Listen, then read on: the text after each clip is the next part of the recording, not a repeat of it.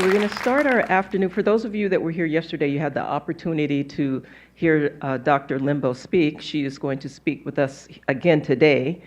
So for those of you who weren't here, just a couple of sentences about her, and then I will let her take over. She is the Associate Director and Senior Facility Consultant of Resolve Through Sharing. And that is a program that provides bereavement education and support materials. And she and other of her faculty members have traveled to over 35,000 healthcare professionals and developed over 100 support brochures and training materials. She's published many articles and books, and she's co-authored Meaningful Moments, Ritual and Reflection When a Child Dies. And I think she's going to show that book to you when she speaks. So I'd like to bring up now for our first presenter of the afternoon, Dr. Rana Limbo, speaking on Making Moments Matter, Caring for Oneself While Supporting Others Who Grieve. Dr. Limbo?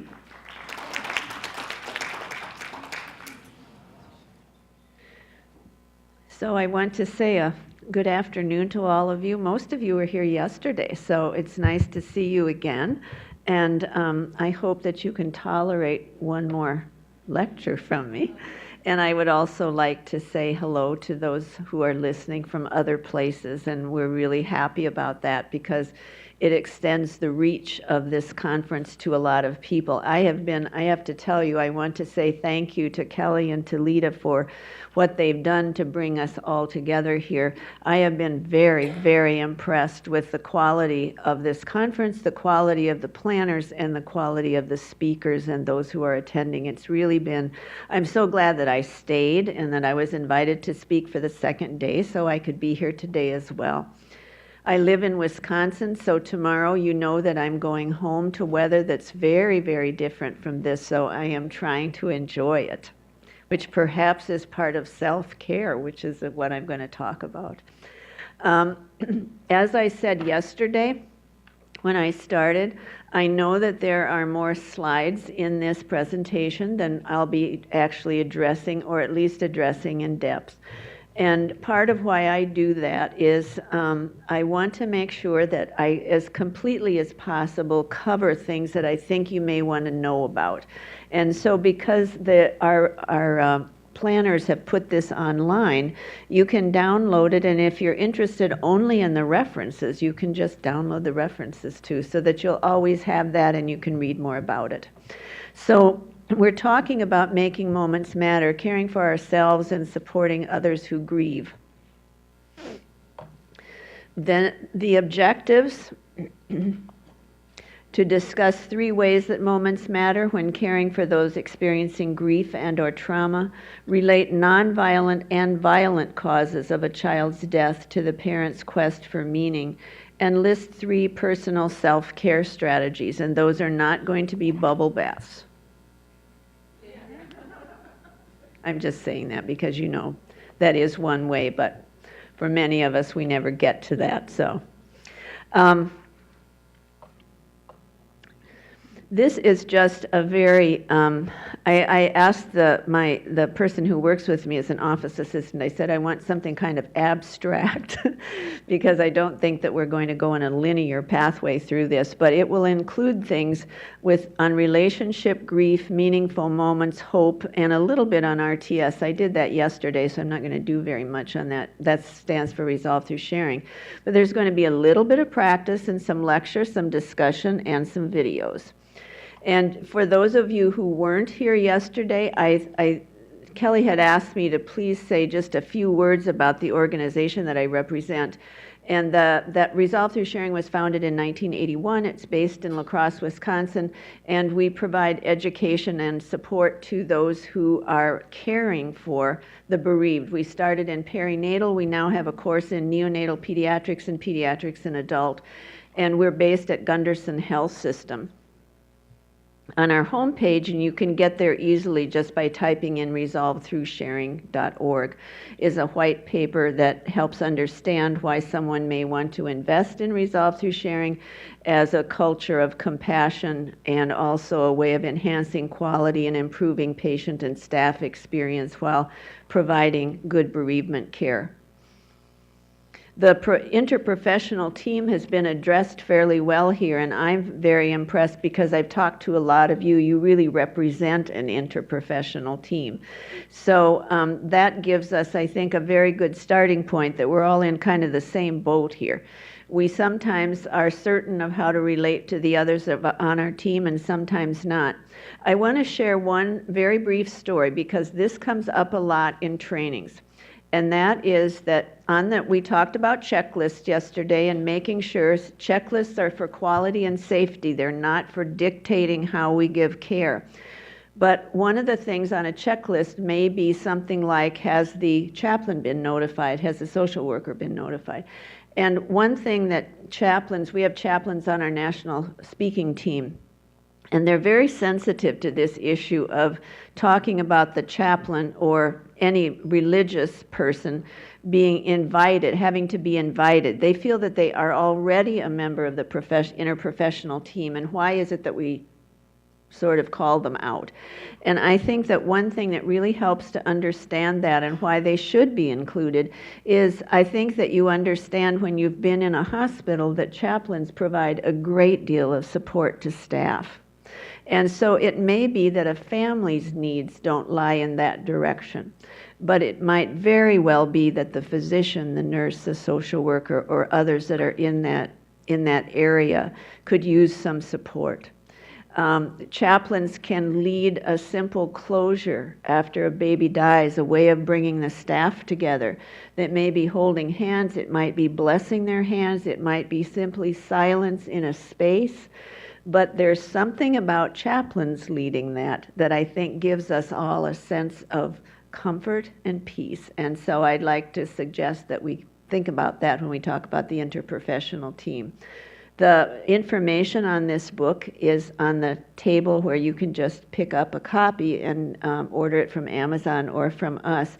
But I wanted to just, because of Sari's talk, and also my love for Dr. Cacciatore. She has a chapter in this book. It's a book written for perinatal and pediatric, but she does talk about attend in that chapter. She's the expert. She developed it, and Sarah, you did a wonderful job of bringing her message to us. So there are lots of Betty Davies, Chris Feutner, Kathy Kobler, and I.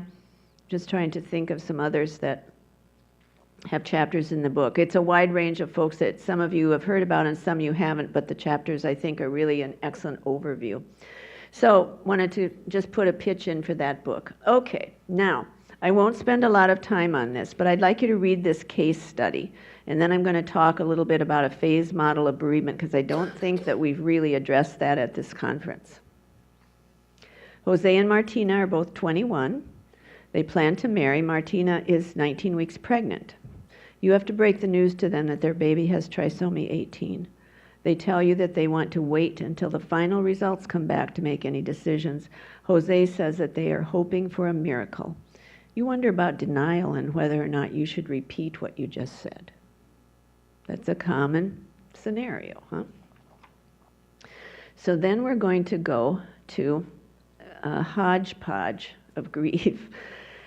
But I wanted to explain to you why over all of these years I continue to believe that a phase model of bereavement has value for us, not as a singular model for understanding grief, not in any way.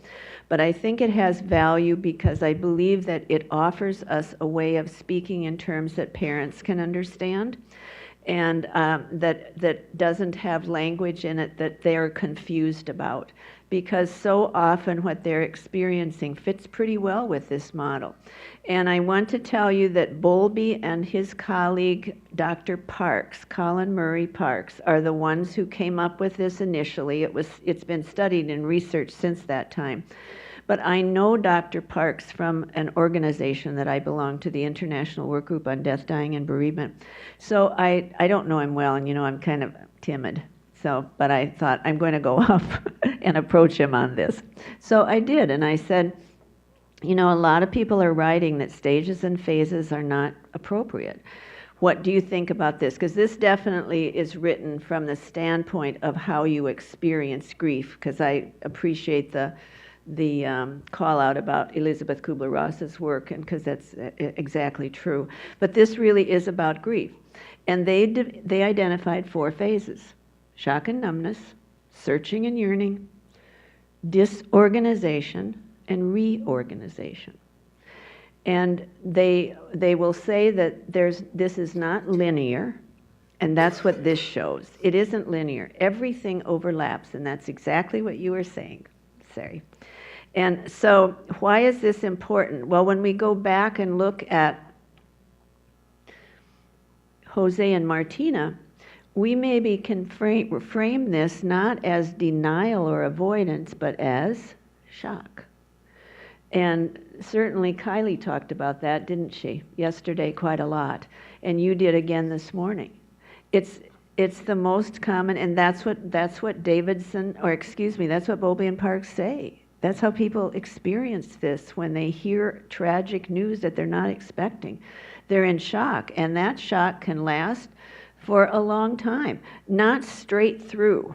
I used to, when I was a bedside nurse, I used to talk about how it seemed like, people can kind of come up for air. And what I meant by that was that shock can go down a little bit. They can absorb a bit and engage in a little conversation with you about things that have to be decided. There are no questions about that there are decisions that have to be made. But doing that carefully and gently and understanding what shock is all about, and that for that woman where Joanne lay on the floor with her, I think so much about that, because whatever, it doesn't matter if that has a phase or not, but it's about being with someone. And if you can be with someone who's in shock, then you have to wait until they can attend to you and the kinds of things that you need to talk over. And there are many ways of saying that. You can say with this couple, for example, it's great to wait. And one of the things that you should be thinking about is, what if a miracle doesn't happen? And how are you going to have that conversation? Because it is an important conversation to have.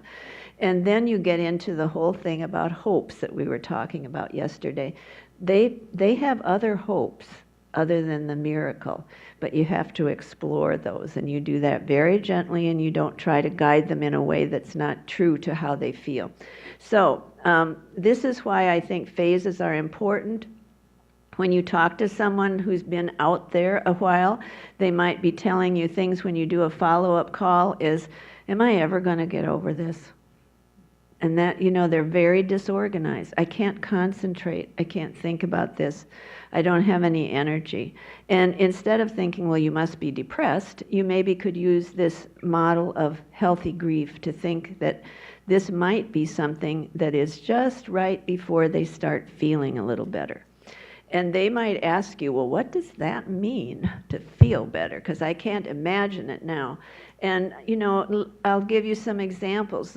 Smelling the smell of freshly mown grass is an idea, a way of helping people know, is this changing at all?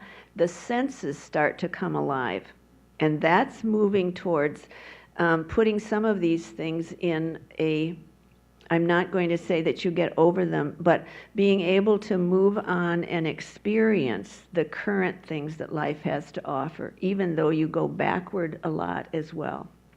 So I hope that's helpful in understanding phases. So relationship-based care is a foundation for caring for yourself. Connecting through a meaningful relationship supports good self-care for care providers and promotes a sense of well-being and hope for those cared for. When we talk about honoring relationship, what is it exactly that we mean? And there are certain writers who have written about this, but generally there are 3 phases to relationship: initiating, maintaining, and transitioning. And so if you are a therapist, for example, psychotherapist, and you have established a good relationship with someone and you feel that it's very valuable and they're making good progress and you maintain for a while, there comes a time, doesn't there, when you think that maybe there's transition coming here, that the person may be coming to you less, or they may need certain services that someone else has to offer. But that's what transitioning a relationship is about, and it can be hard work, can't it?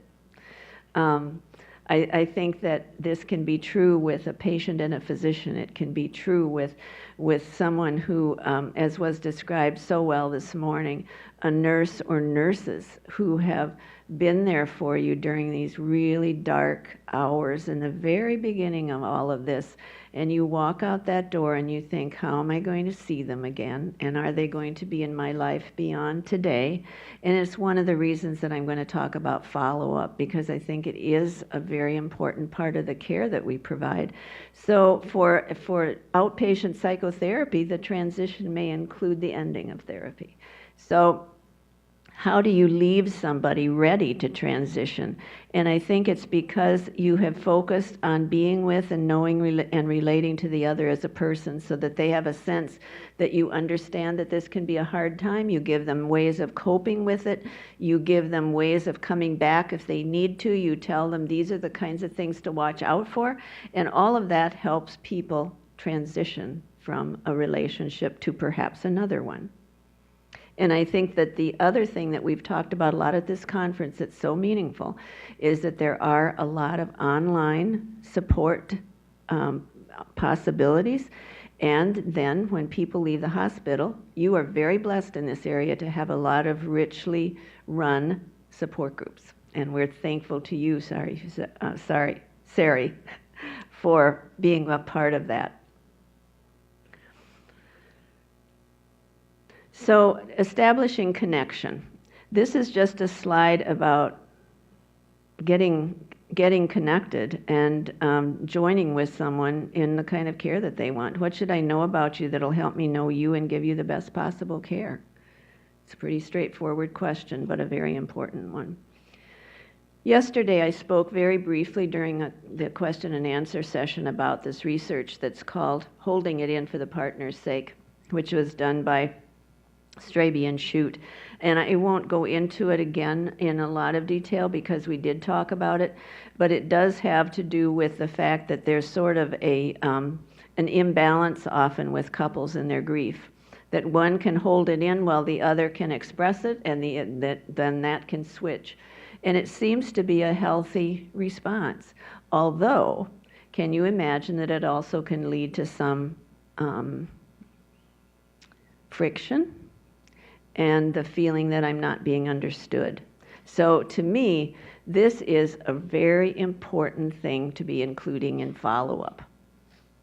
Because it's like the parents have said, you know, for these 2 days, it always helps to know what to expect. And this might be something where one of the people may be really intensely grieving for a year, and then suddenly the other person sort of gets a chance. So that's what this research is about. It's called the dual process model, where you are focused on either loss orientation or restoration orientation. And the dynamic process of it is confronting and avoiding the grief. And this is providing you with a graphic that shows how that might look, how you can confront and avoid. Some people call it a roller coaster. I love this research because I think it helps us understand the importance of a moment. We talked a lot about that yesterday, didn't we? We talked about moments becoming memories. And this work was done with, well, what was called in the title exemplary oncology nurses. And they talked about how they got through the work that they did. And what they said was they make the most of a moment. And this is what they said, that they identified moments of connection where they feel that bond with the patient and the person they're caring for, that they can make moments matter in ways that they perhaps had not thought about before. But if they think about it, they can do something in the moment so that it's memorable. And then they also recognize that sometimes moments are energizing. And it gives them that feeling of being with someone, and that in and of itself helps them maintain their ability and willingness to engage in a relationship where someone's suffering. And that's really what we're talking about today.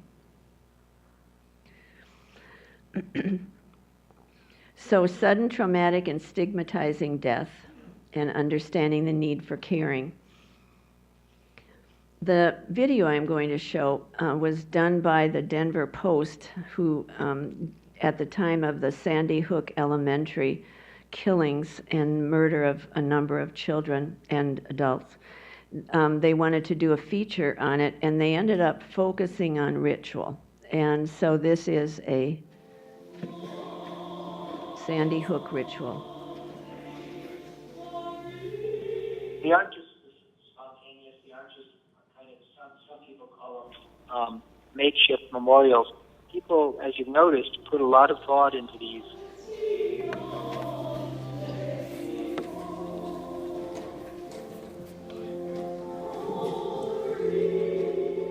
Ritual, in many ways, makes relationship tangible. What's happening now in Newtown is a way of really demonstrating that. Well, I'm tying up a little horsey thing there for the kids to ride whenever, because I heard one of the girls liked horses or rode horses or whatnot, so in memory of her, I picked up one for her.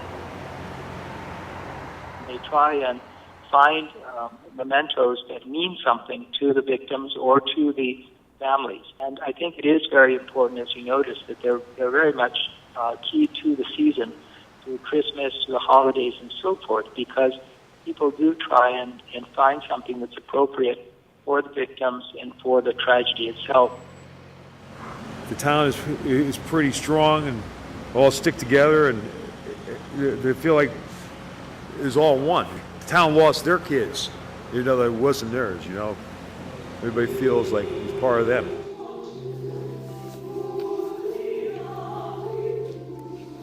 They feel the relational aspect of ritual, and it means something, and it helps them, and it brings them comfort at a time where they could feel completely alone. In their deepest and darkest moments, they do feel totally alone. But I think ritual is a way that people think of to try to connect, to even though they know nothing will take away this profound loss, they still feel better if they can participate in some way. In the aftermath of these tragedies, when everybody is kind of casting around for reasons and causes and so forth, it gives them something constructive that they can do to share that sense of loss, to share the sense of grief, and to do something positive from it. It's incredible, really.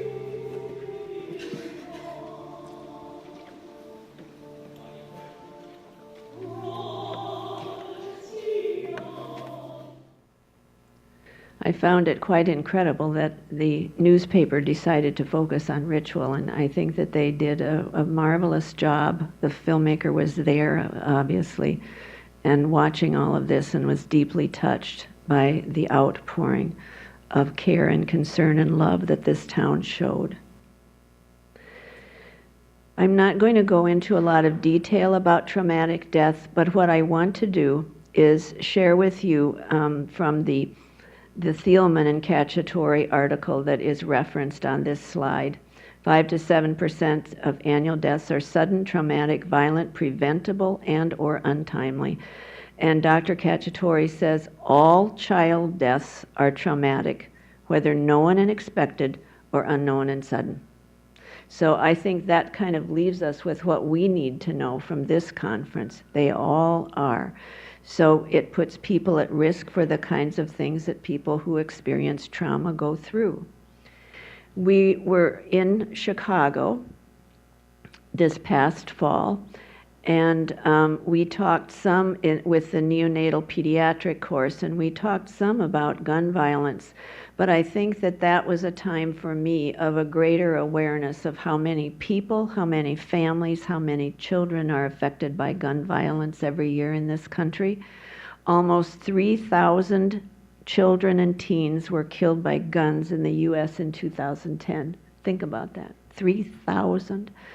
And so again, when we think about that a child death is already traumatic, whether sudden and unexpected or expected, and then we add in the senselessness of that violent act, you can imagine that there are a lot of people in need.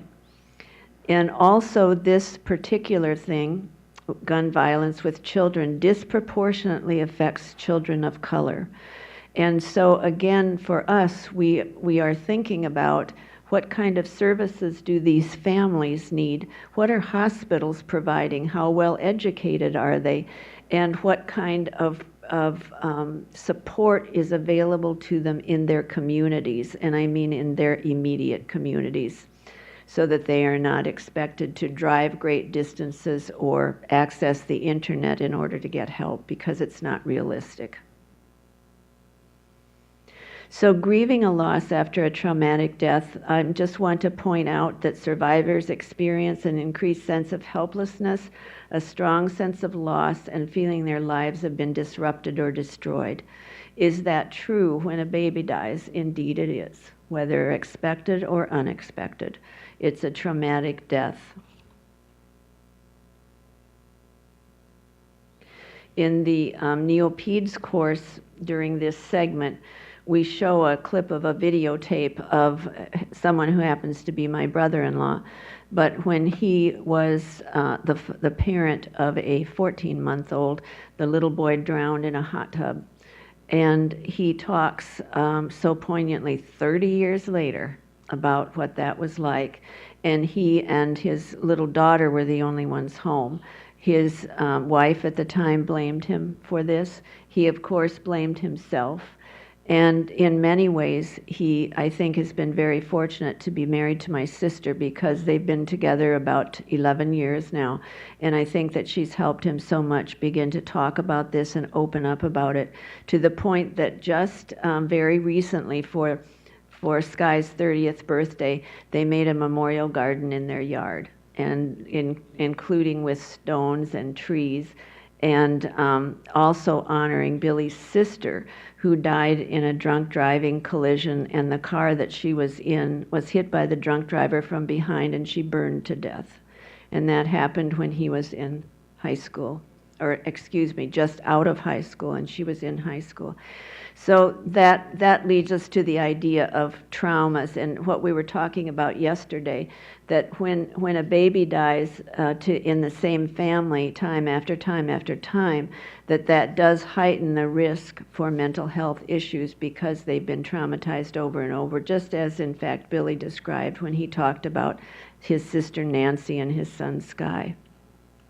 So Bailey's story. Again, we're talking about ritual and what's done when a baby dies. This happens to be an unexpected death of a baby, and her parents and grandparents were willing to share her story with us, and I would like to share it with you, because I think there's a lot in this that helps us understand how this baby fit into this family and continues to do so today.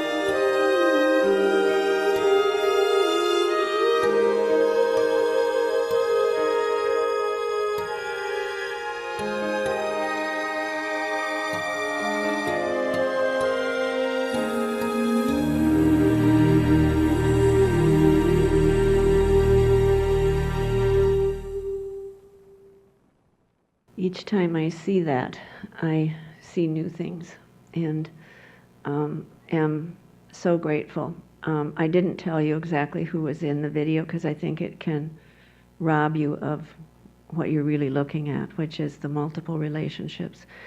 And this family was tremendously grateful for the nurses. You saw them kneeling down by their little son, Grant, who was 8, and you saw them taking care of Bailey in such a loving way. And that's how the parents were treated as well. Both sets of grandparents were there, and aunt and an uncle, and then the little brother was there as well. And then you saw the little bear that had Marquette on it, because they're Marquette fans. So they wanted to make sure that Bailey experienced that. And then I look at that photo from 2 years later and see that now they've had a subsequent baby. And she's out there digging in the dirt as they're planting the spring flowers around Bailey's grave. And I think most of all from that photo, it's so touching to me to see Bailey's mom's smile, because that's what she looked like before Bailey was born, and that was completely wiped away. And then 2 years later, you can see that she has some of her life back. And I think of everything in this particular video. It's the thing that has always meant the most to me, because without saying it, she is saying that there is hope after a loss like this. And that's what we're thank you.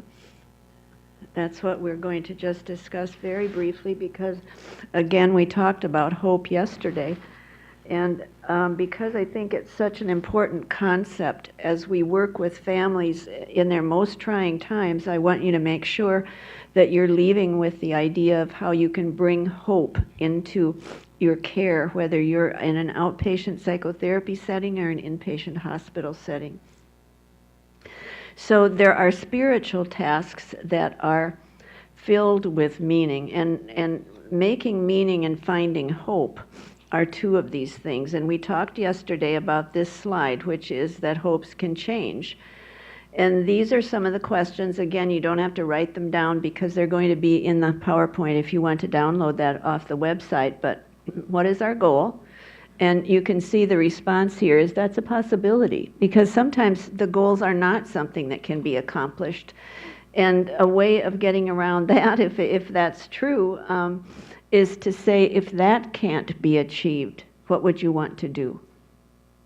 It's the same way, as a bedside nurse, I worked a lot with families because I was mostly mother-baby, and they would come in, for example, the night before, in the days when people had longer stays, but they would come in and they were going to be induced in the morning. There was a chance there was going to be a cesarean birth, and they had a really solid birth plan that was all vaginal. And so one of the things that I would always do is this kind of work.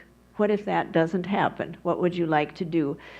How can you achieve that? Let's just say that you are going to end up with a cesarean birth.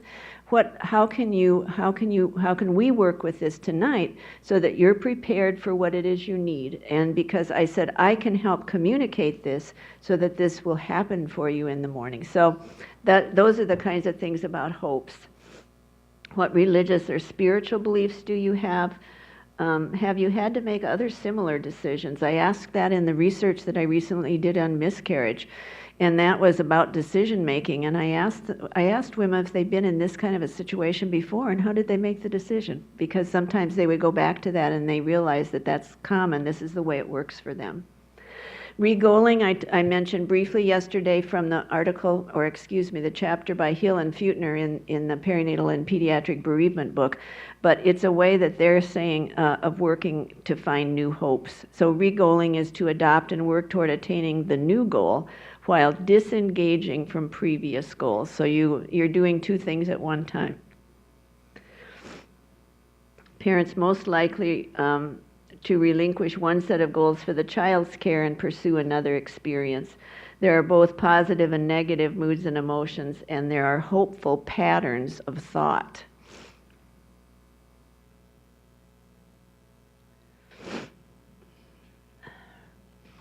Spirituality is definitely a broad concept, and it involves a quest for meaning.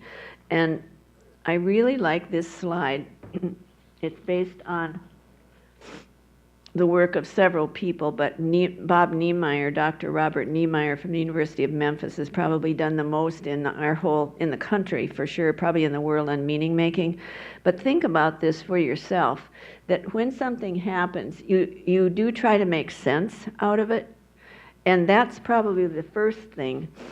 It does not work, and you've heard it from the bereaved mothers who have spoken, it does not work to try to make sense of something for somebody else. That is something that they must do for themselves.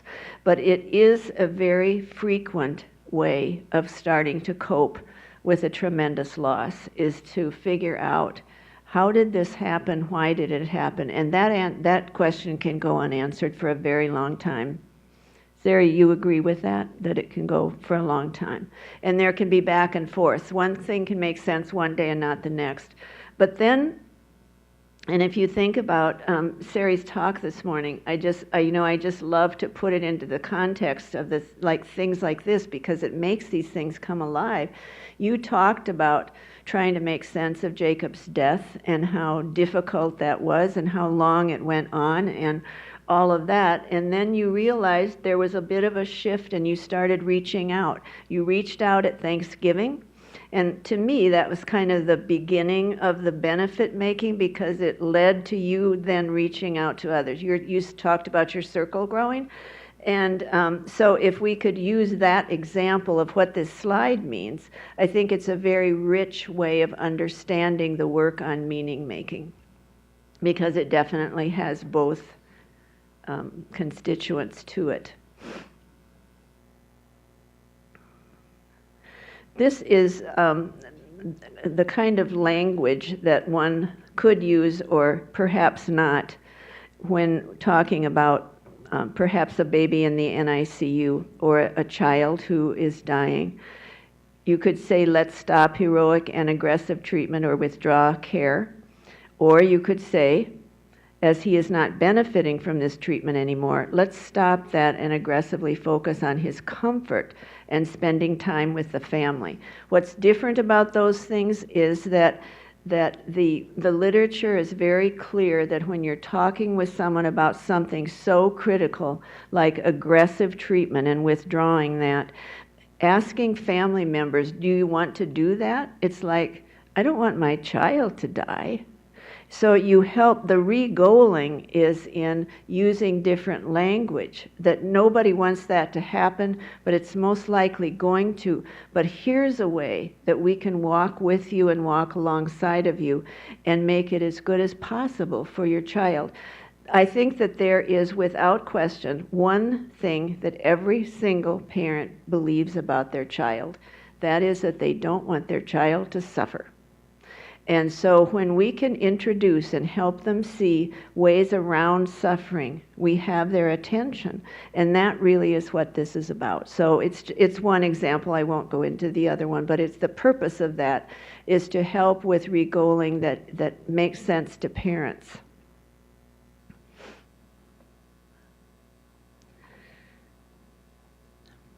So this is just a way of using some work that was done by a psychologist in Greece called Danae Papadopoulos. And she's written a book and numerous articles on a model for healthcare professionals' grief.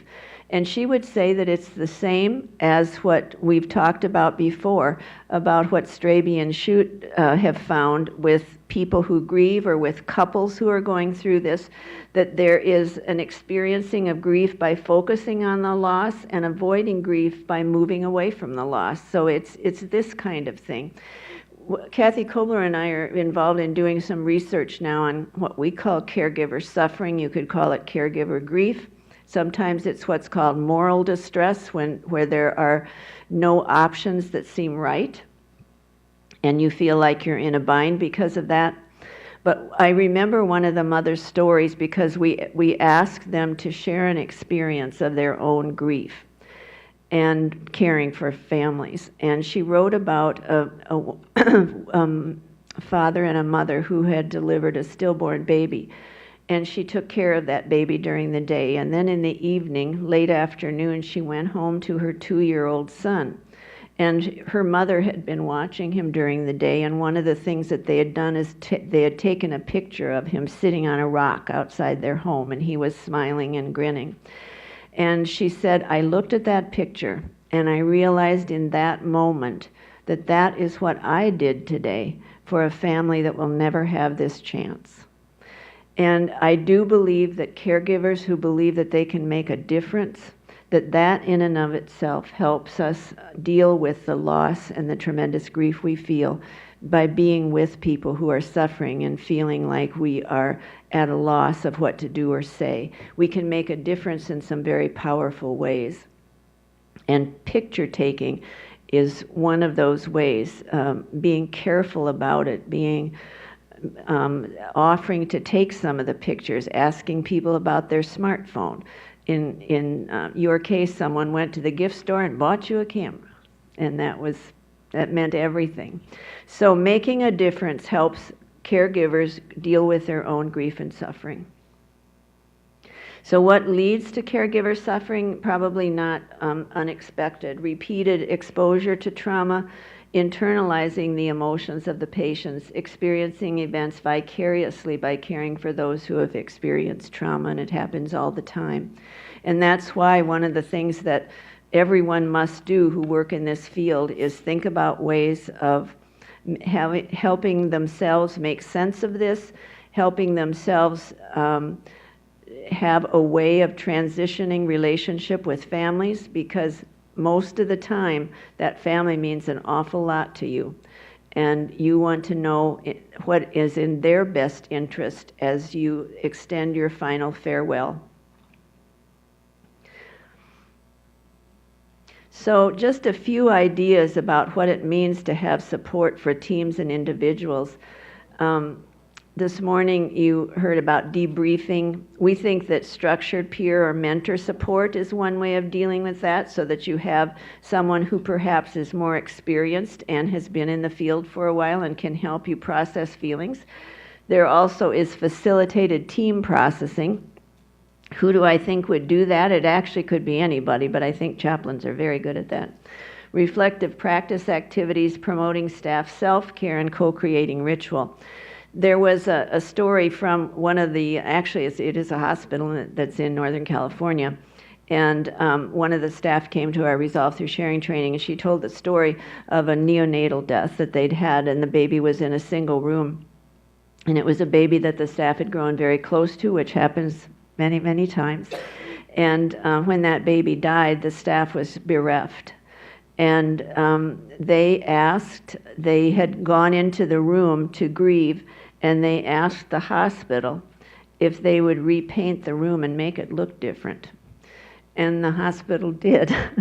And I'm thinking, wow, that is really going a long ways to take care of the staff. I can imagine that that doesn't happen very often. I don't think that they would continue to repaint rooms, but they did in this case. Another ritual that seems to be very meaningful when a baby dies, when a family has been in a room, is that the people who are particularly close to the family meet together in the room for a moment of silence, because so many times the unit is really busy and that room won't be vacant for very long. So they take advantage of having just a moment of silence, and that's a reflective practice that they're working on at that point. That's what could be useful using the PRAM model that we talked about in the cards that you have, to pause, reflect, acknowledge, and be mindful. And just be there, just being there. You don't have to say anything, but you're spending time in that space, and you're in essence saying goodbye. At Gunderson, we designed something called a grief conference, and I just want to tell you about it if you're in a situation where you think that this is something that you can do. I didn't exactly call it this when I did it, but it was the same kind of thing. I was working with a family who'd had a late miscarriage. I think probably this baby was 16 or 17 weeks. They'd come into the emergency room, and by the way, I think the emergency room is probably the place in almost all healthcare institutions that has the greatest need for education in this area. It's very difficult to deal with really high-level trauma, and then to have someone come in at 7 weeks bleeding with a miscarriage and make sure that the standard of care is the same for all. So I won't get into that now, but just check with your ER if you're in a hospital and see what they're doing for those who are bereaved from the death of a baby. So Janine and Galen called me because I was the bereavement coordinator, and they told me that they had come to the emergency room and their baby died, and they remembered nothing. And I said, well, that makes sense. And they said, could you sit with us and go through the chart? And I said, I'd be happy to do that.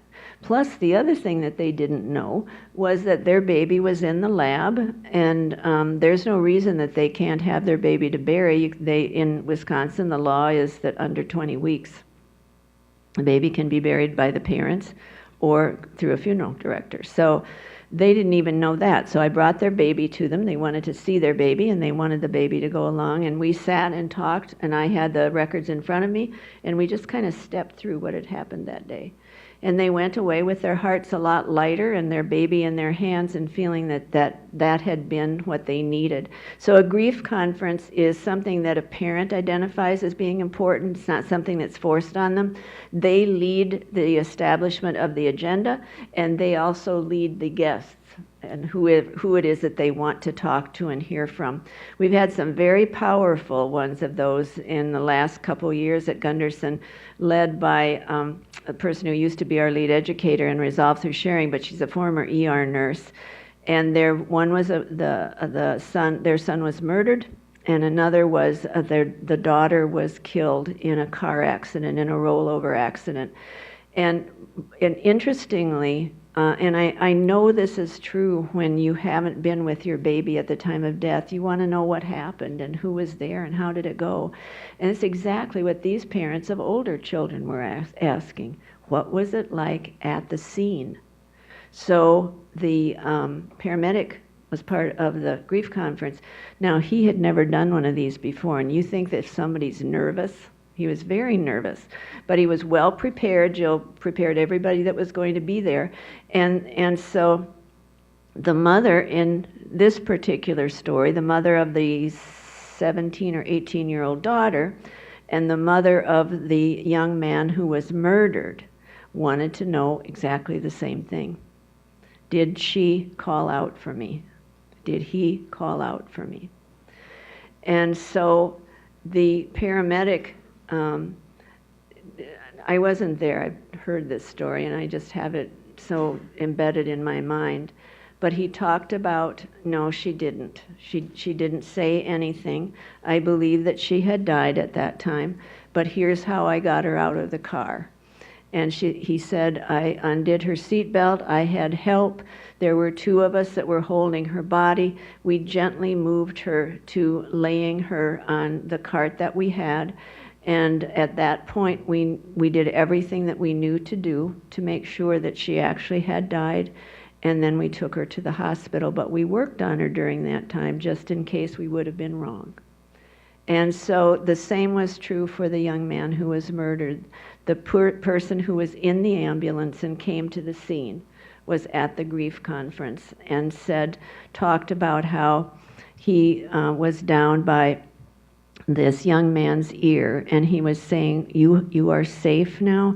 We're on our way to the hospital. We're going to take care of you, all the way on that ride to the hospital. So to me, that is something that can be extremely comforting to families, and it can be very, very comforting to those who care for them.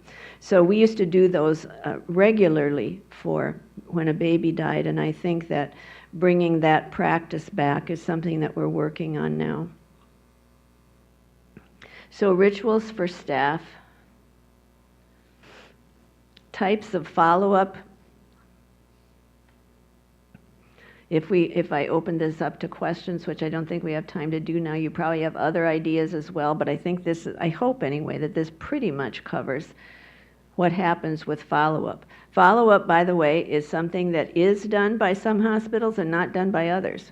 So if it's not done, I hope that one of the things that you are working on is giving your family some ideas of where they can go for assistance when they are in the community.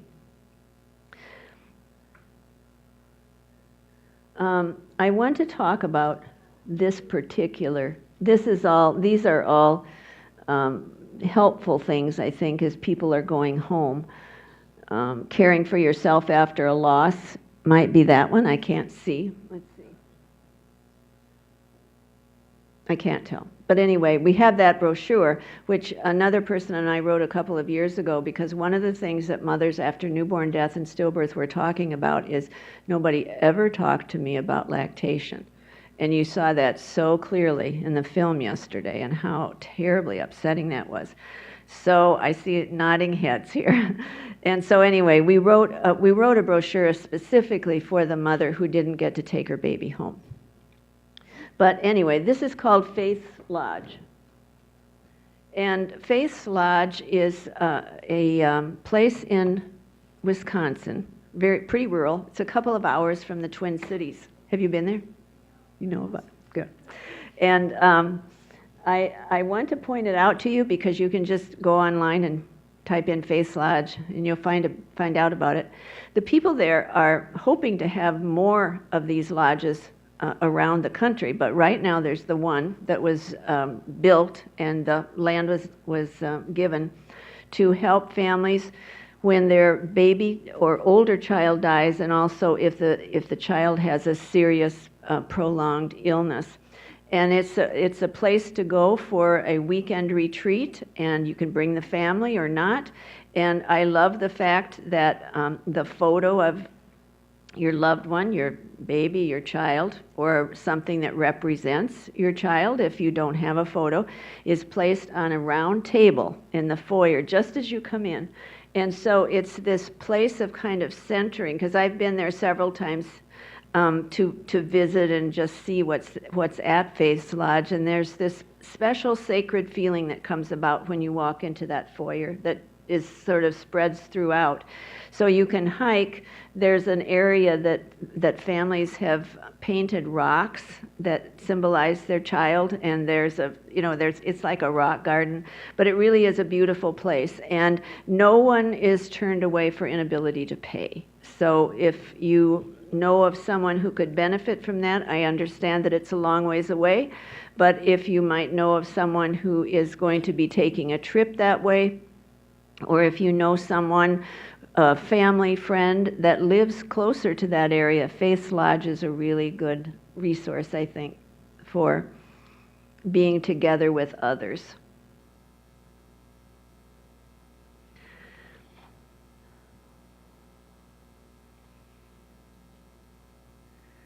So this is a phone call between a social worker and a mother, Heidi. And we constructed this with a real social worker who does bereavement follow-up a lot. And the mother is a mother of a baby who died of SIDS.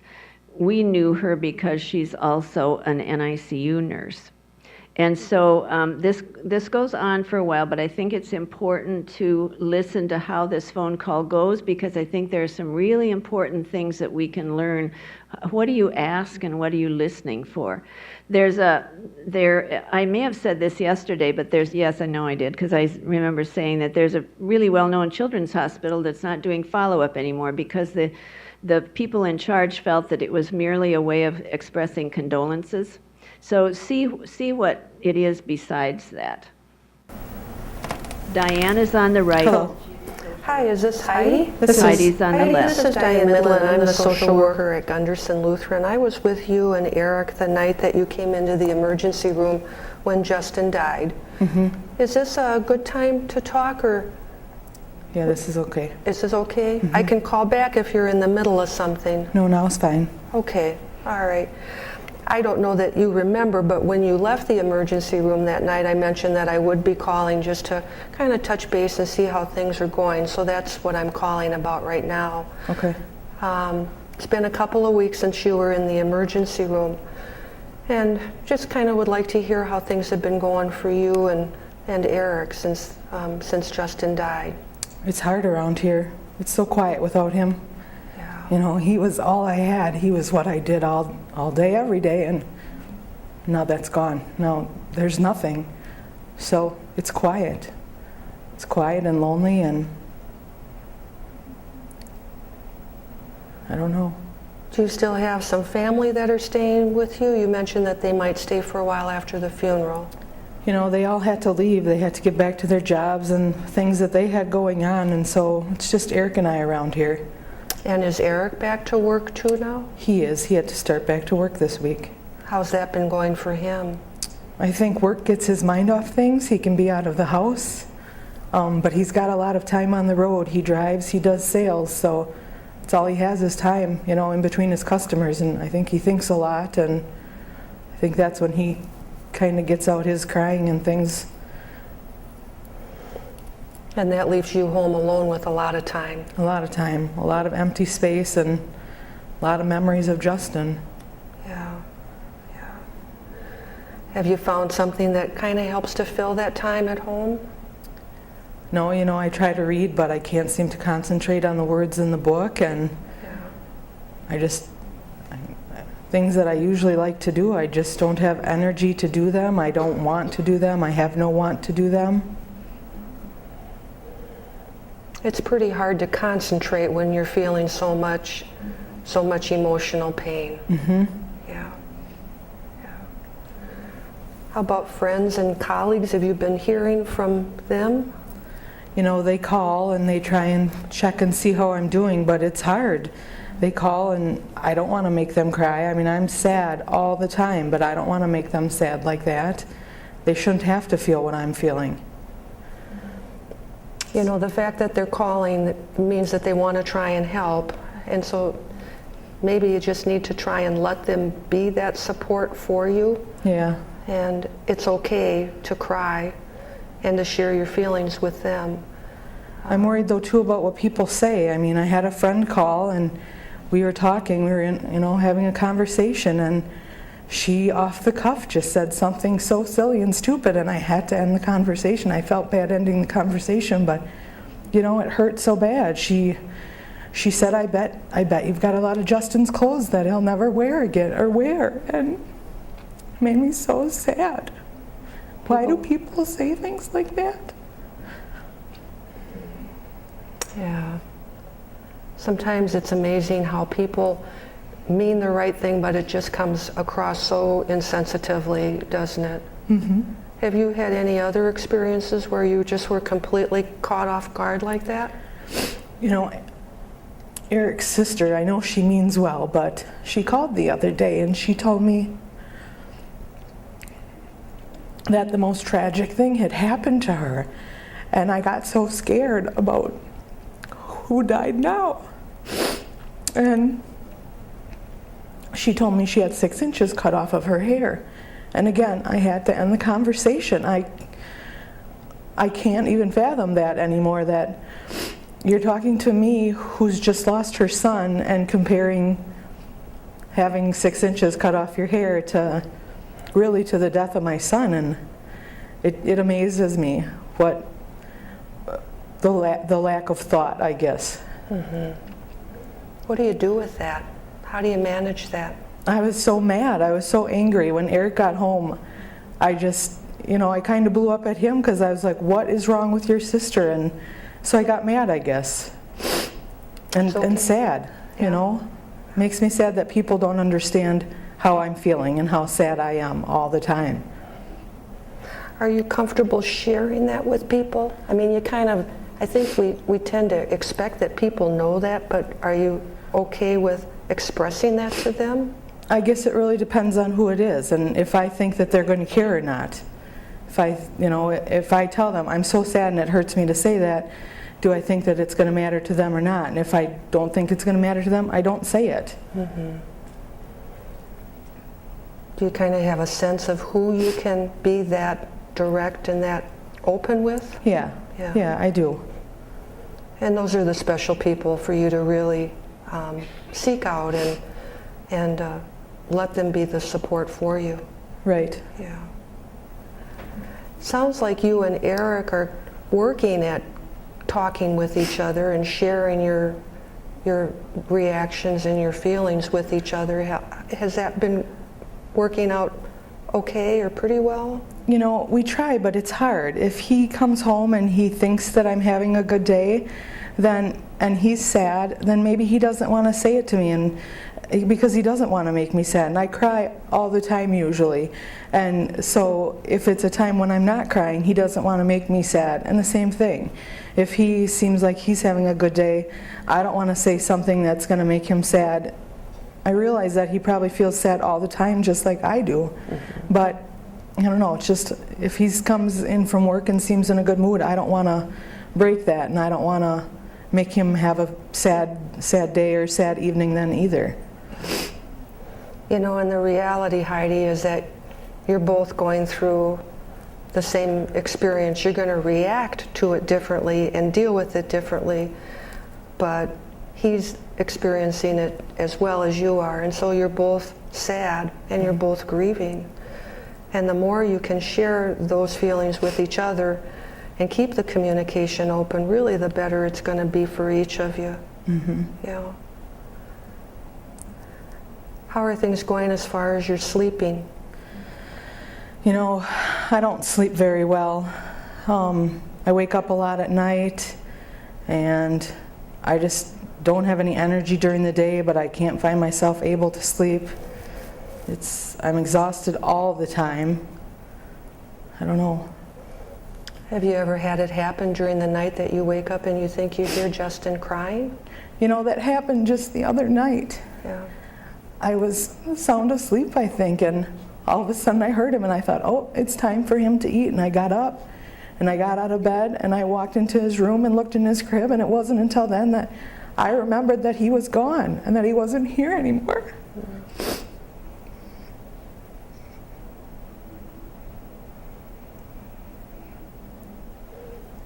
Painful reality, isn't it?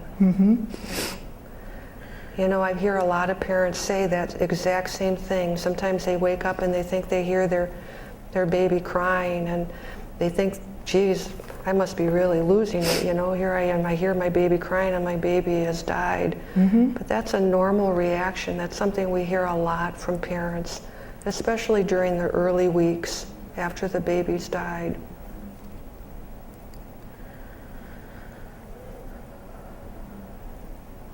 I know Eric has heard him too. That first day after we came home from the hospital, we were at his mom and dad's house, and all of a sudden he said, "Did you hear that?" And I said, "Did you hear that?" And so, you know, we kind of had that to share that day that we both heard him cry. Really?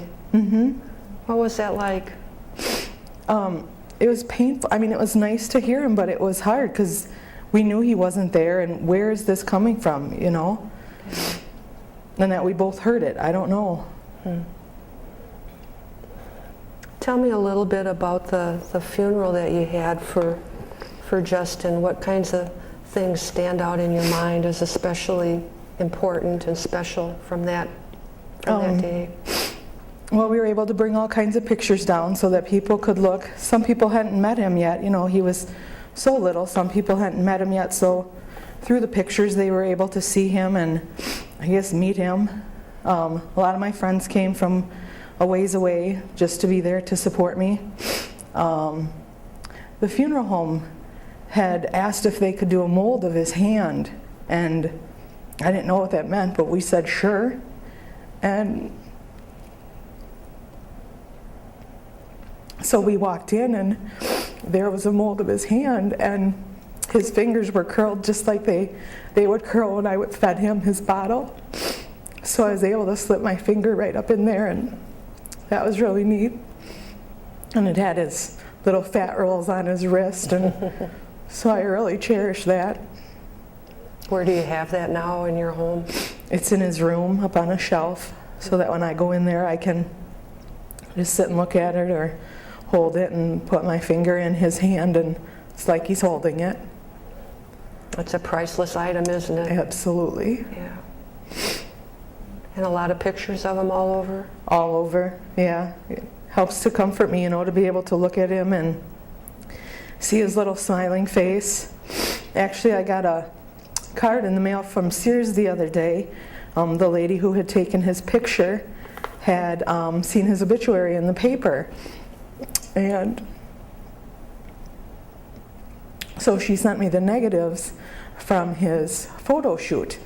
So now we can have extra pictures made and given to people. I think we're going to make buttons for people so they can wear if they want to wear it, and to put in the grandparents' memory boxes. And so I was really touched to see that somebody who knew us for maybe 45 minutes recognized his picture in the paper and that she had taken it and thought to send those to us. That really is very, very touching.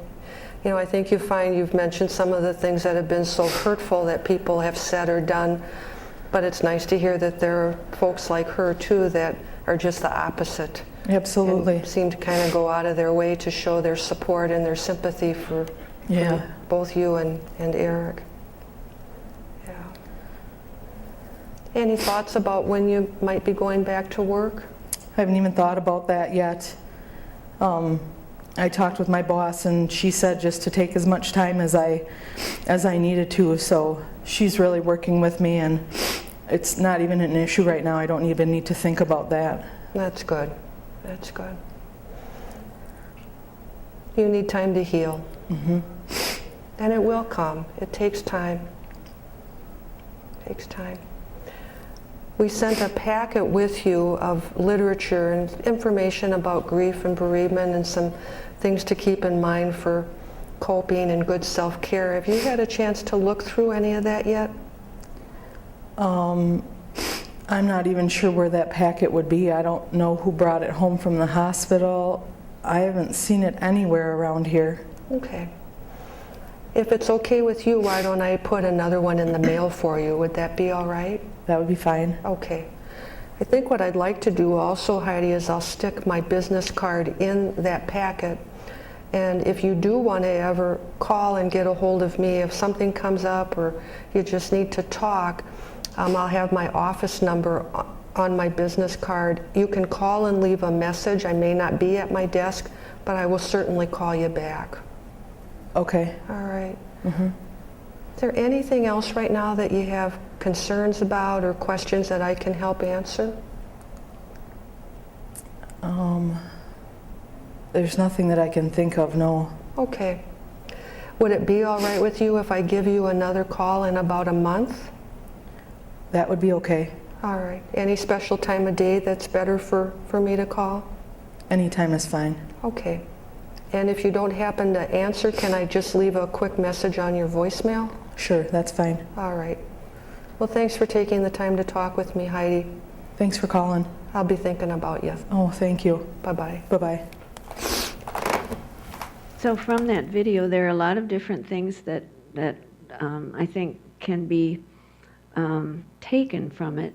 One of them that always strikes me is that early on, I feel like, oh, I think I would give up here, you know, because it's hard. This been a while since they've seen each other, and really getting into it took quite a while. I thought, at least it feels that way. So that's part of follow-up, is reestablishing that relationship, because that's what has to happen.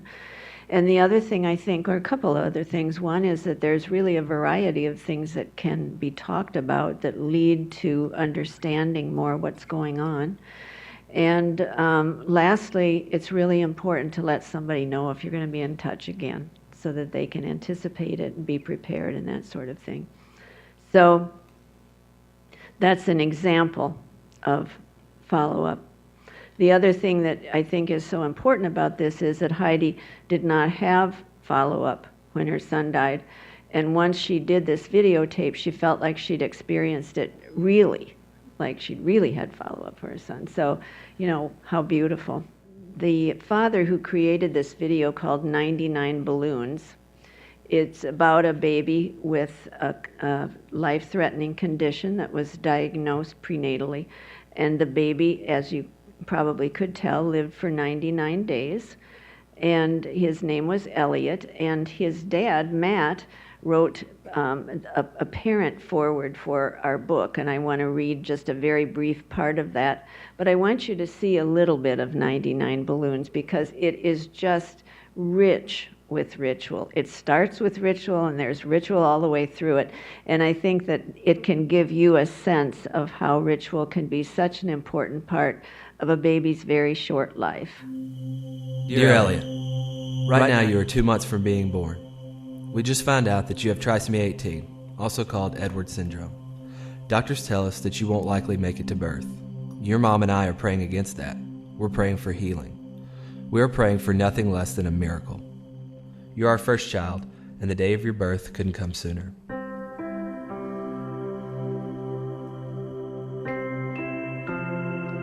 Dear Elliot, you were born today weighing in at 6 pounds. You are already a miracle to us. Your mom is doing well, and it looks like we'll be hanging out here at the hospital a little longer. Dear Elliot, today you turned 11 days old. We are so proud of you. Today we celebrated your 11th birthday. In fact, we do that every day at 4:59, the time you were born. Dear Elliot, we've been home for a week now, so that's why you don't see your nurses anymore. It's great to have you home. Today I think we'll pack up everything and take our first venture out for coffee. Dear Elliot, I don't know if you've noticed, but you're connected to some tubes. The doctors say we have to keep these in so you can get oxygen to breathe. You are also fed through a feeding tube. We feed you every 3 hours, and it takes an hour and a half to do it. We've loved learning how to best take care of you. We love it. Lots of people email, call, and send cards on your behalf. You're well loved. It's 11 at night right now, and my feeding shift has just begun. Mom is asleep, and the best part of my day has begun. My shift ends around 4:45 a.m. when your mom takes over. She cherishes her mornings with her boy. Today you turned 1 month old.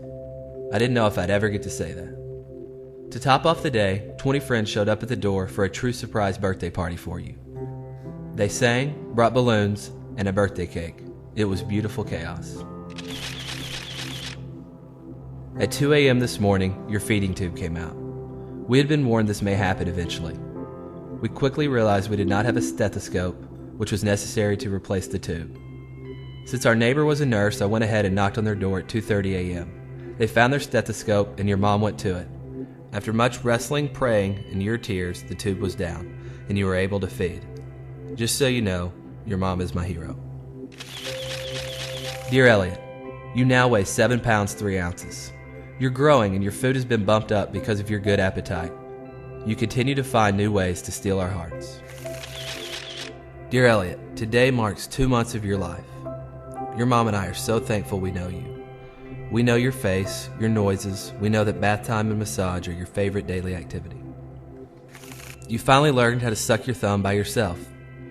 Because of trisomy 18, you were born with clenched fists, and being able to do this is actually quite difficult. Way to go, son. Dear Elliot, we celebrate your birthday every day with a picture. Lately, we've tried to get a bit more creative. Dear Elliot, I realize you can get frustrated with your tubes and your frequent congestion. Please know that your mom and I are doing everything we can to make you comfortable.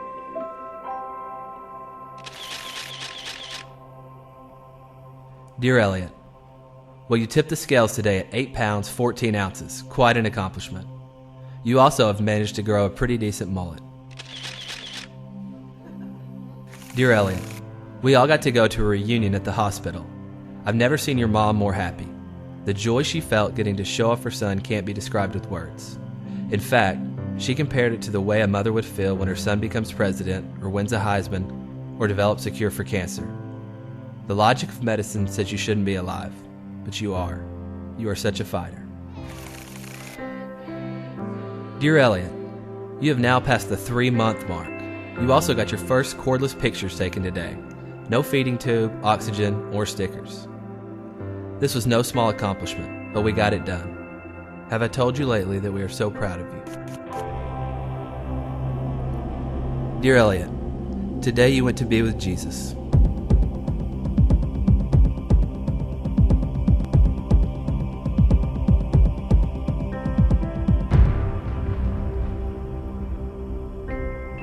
An underdeveloped lung, a heart with a hole in it, and DNA that plays faulty information into each and every cell of your body could not stop God from revealing himself through a child who never uttered a word. Not a pulpit, not a slick presentation, not a best-selling book, but a 6-pound boy with trisomy 18. God found great pleasure to take a lowly thing in the eyes of the world and show truth.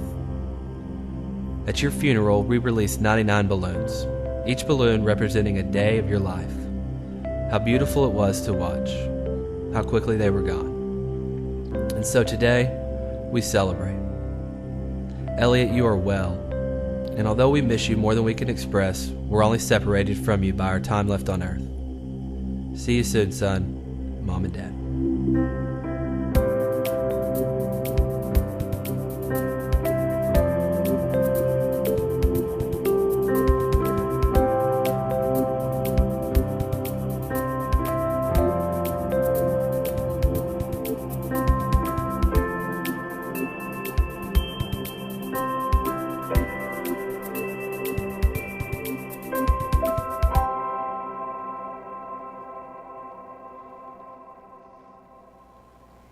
I wanted to read to you just one brief paragraph that Elliot's father wrote for the book. And when there is no map, the smallest anchor to that present moment, and now to a former reality, indeed to a person that we love beyond measure, this tether becomes a means to bind you in what you will never forget. Ritual has served as a way to remind us and others that what we see is not all there is, or was, or, I believe, will be. So as we wind down, just a few key points that I want to share with you, and then we're going to do a ritual of our own as we close. Initial patient death events are formative, and what does that mean? It means that we need good mentoring. It means that we need to take care of people who are going through that experience, because they can create the way that we respond from then on. And so the staff who is in that situation for the first time needs nurturing and careful attention to relationship. Another important part of this talk is that it is important to transition from work to home. And however you do that, if I were to go around today, I have a feeling that you all have ways that you do that. And sometimes we hear that you turn the radio up on the car as you go home. Other times you do certain things that you're thinking about on that drive home. For one physician, talking about taking off the white gown or the white coat that he's worn all day and putting on the coat that he came in with, and realizing that he was leaving there the things that were on his mind and could create a different kind of dad at home. The other thing that we believe can be very critical for staff, and I hope that you can take this back to your agencies, is that people are very creative about ritual. And if you ask, what would be a good thing to do? What would you like to do as a way of bringing us together? It might be around a certain death. It might be at a time when there's been great loss, whatever that is, in a unit, and that can be one of your staff members who've died. But think about what can be done as a group. Kathy Kobler has a lot of excellent examples of that because she's done it a lot, but we recommend in the book Meaningful Moments having things on hand so you can create ritual, to have rocks, to have sand, people placing their hands in sand, one on top of the other, and then looking at that, reflecting on it, feeling connected in that way is one thing. There's a ritual that we talk about in the book with dissolving paper, and I really like that one because it's something that people can write things on, like the things that are burdening them or feelings that they'd like to get rid of, basically. Drop them in water and stir them around a little bit, and at the end, the water stays pure and fresh and the paper is gone. And of course, the image with that is that it's taken away what is burdening you. So we're going to participate now in a transition ritual, and I hope that you find it to be a meaningful experience as we close out our time together.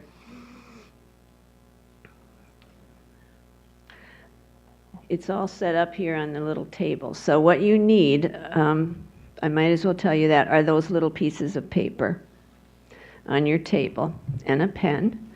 And I'm going to ask you to write something, but I won't be reading it. So it's safe and sacred. This is called a ritual of hope, and you'll see a little hope chest sitting on this table with a lit candle and white feathers. And you are to put your piece of paper in the hope chest and take with you a white feather as your way of the transitioning from this place to a different place. We gather today pausing in our journey of caring for families to learn, share, and connect with one another. Our paths in this work are marked by broken hearts, cries of anguish, bitter tears, those of our patients and sometimes our own. We stop today to reflect on the meaning of our work, for our experiences affect, mold, and shape us. We acknowledge our memories, our dreams, and hopes, a blending of our past and our future. Hope chests were used by mothers to help their daughters prepare for the future, often beginning the tradition at an early age. Family heirlooms, childhood treasures, and future housekeeping items are stored in the hope chest, everything a new bride would someday need to establish a home of her own. From the Lane Company, creators of hope chests, they write, hope chests symbolize the deepest of human needs, hope of security and love to be found in a faithful husband.